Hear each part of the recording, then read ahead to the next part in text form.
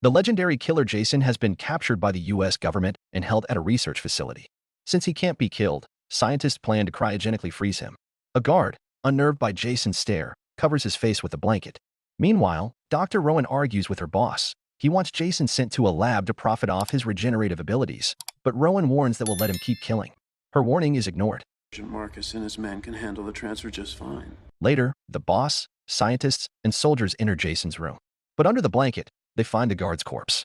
Jason ambushes them and kills everyone mercilessly, shrugging off bullets and using anything chains, tools to slaughter. As the boss tries to flee, Jason kills him too. Outside, Rowan screams as a soldier's body crashes through the door. Jason appears, and Rowan grabs the soldier's gun, fleeing to the lab. She hides, then ambushes Jason.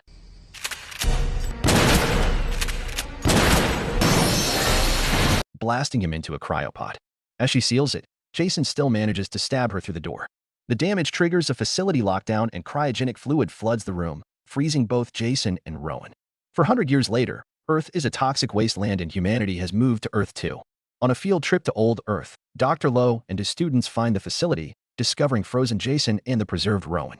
Guys, the body here. They bring both bodies back to their ship. While moving Jason, he falls and slices off Azrael's arm. But android KM-14 injects him to manage the pain. They return through a sandstorm to the ship. Azrael is healed using nanotech, which reattaches his arm in minutes. Rowan and Jason are taken to separate labs.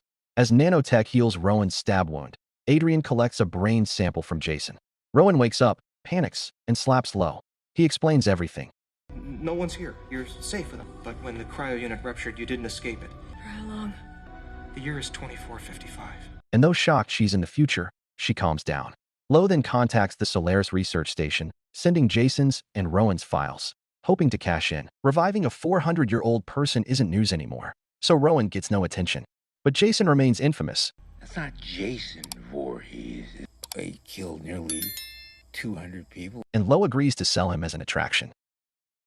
After the call, Janessa visits Lowe and seduces him for a good grade. Elsewhere, Adrian removes Jason's mask,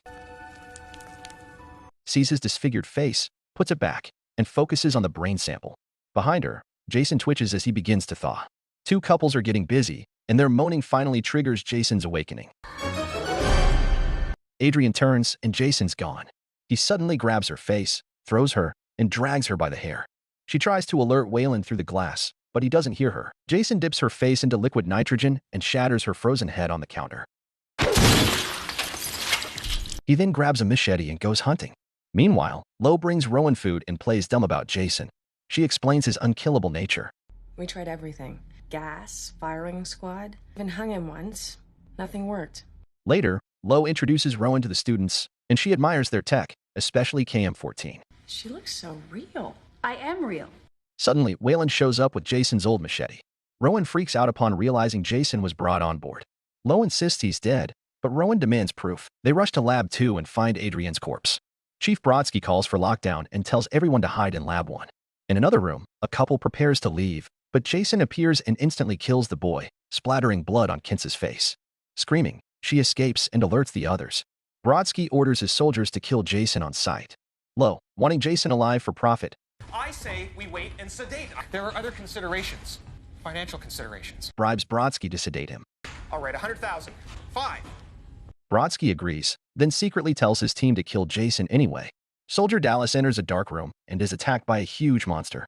He shoots it down, but another appears until Azrael kills it with one shot. They're in a video game simulation and haven't heard the lockdown alert. As they face another enemy, Jason suddenly enters and slaughters the monster first. Then he attacks both players with his machete. But they keep talking, even while decapitated. Dallas says, "Game over," ending the simulation, and both realize Jason is real. Jason grabs Azrael. Dallas shoots to free him, but the bullets have no effect. Azrael jumps on Jason from behind, but Jason easily grabs him and breaks his back, dropping him dead. Then he grabs Dallas and smashes his face into the wall.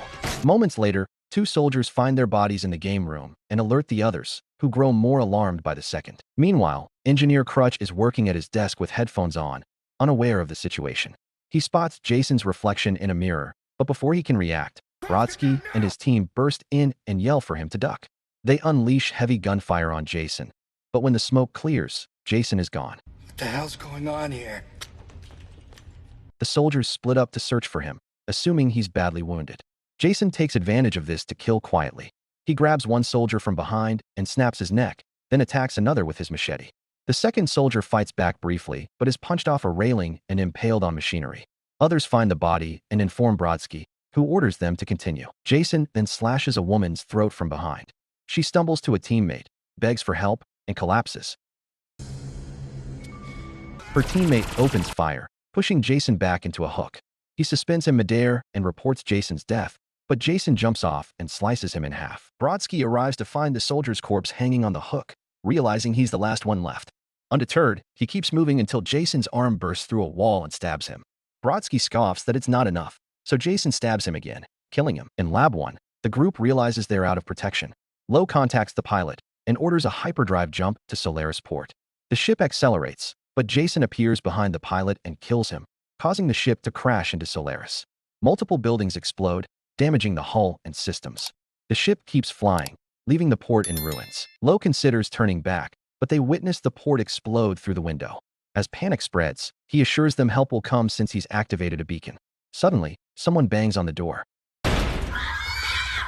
and the noise stops until Jason bursts through the glass wall of the other lab. The group flees in terror and hides in another room, which KM-14 locks behind them.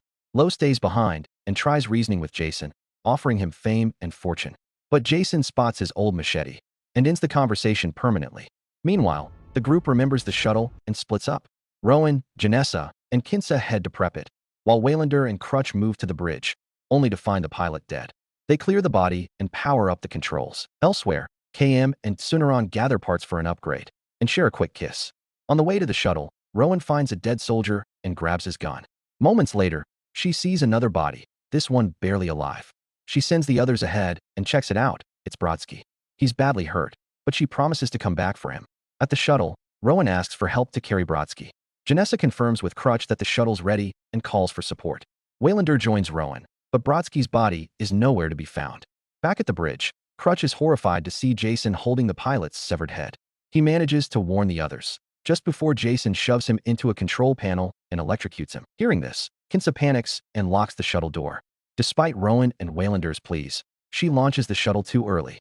It crashes into the ship, killing her instantly and damaging the hull even further. The trio regroups, unsure of what to do, until Jason suddenly corners them. But just in time, Sunaran appears and reveals a heavily upgraded KM-14. Jason throws his machete, hitting KM-14 and knocking her down. As he closes in, she springs back to life and blasts him across the room. She leaps after him, firing nonstop, mixing in powerful kicks. After a wild firefight, she lands on him, ready to finish the job, until Jason punches her aside. But before he can kill her, Brodsky shows up, distracting Jason long enough for KM-14 to recover. With a new weapon in hand, she unloads again, blasting off Jason's arm and kicking him into Lab 1. A final shot sends him into the healing machine, causing a mini explosion. KM-14 ends it with one last bullet to the head and drives the machete back into his chest for good measure. Thinking it's over, the survivors gather. They tend to Brodsky, who's already healing fast, but then the ship begins to shake. Waylander checks the system and realizes the hull has taken too much damage. Just then, they get a call from a rescue ship. It picked up their beacon and will arrive in 45 minutes. But their own ship only has 30 before it explodes. An argument breaks out. Rowan checks the ship's map and spots an undamaged section that could be separated from the main ship. As the group sets out to execute the plan, the healing machine in Lab 1 activates, reviving Jason with a powerful, upgraded metallic body. The team begins planting bombs in the hallways to disconnect the damaged area. It takes only seconds, but once done, they find their path blocked by Jason. KM-14 fires, but her bullets bounce right off. She charges at him, and Jason instantly decapitates her. You guys might want to run. Sunaran grabs her head while Rowan shields him. Jason grabs Rowan by the throat, but Waylander jumps in to fight him. As Jason beats on Waylander, the others escape into the safe zone. Waylander detonates the bombs, successfully separating the ship, though he dies in the blast. Jason is blown out into space. Moments later, the rescue ship approaches, but Jason suddenly punches through a wall from outside. The breach causes decompression, and everyone scrambles to hold on. Janessa grabs onto a vent grill, but it rips free, sucking her out into space as Rowan reaches for her. Rowan, Brodsky, Syneron, and KM-14's head make it to another room and seal the door. Through the window, they see Jason trying to break back in. The group runs again, reaching the docking port just as the rescue ship arrives. But the gate won't open, and Syneron can't override the system. Brodsky suits up and exits through a maintenance hatch to reset the controls manually. As he works, Jason continues tearing through the ship toward them. To buy time, Syneron connects KM-14's head to the computer and triggers a simulation around Jason, recreating his old hometown using Earth's database. At first, Jason is confused, until Syneron thinks he's been spotted and adds another distraction: 2 women offering him booze, weed, and premarital fun. Jason hates all of it. As they lie in sleeping bags, he grabs one and uses her to beat the other.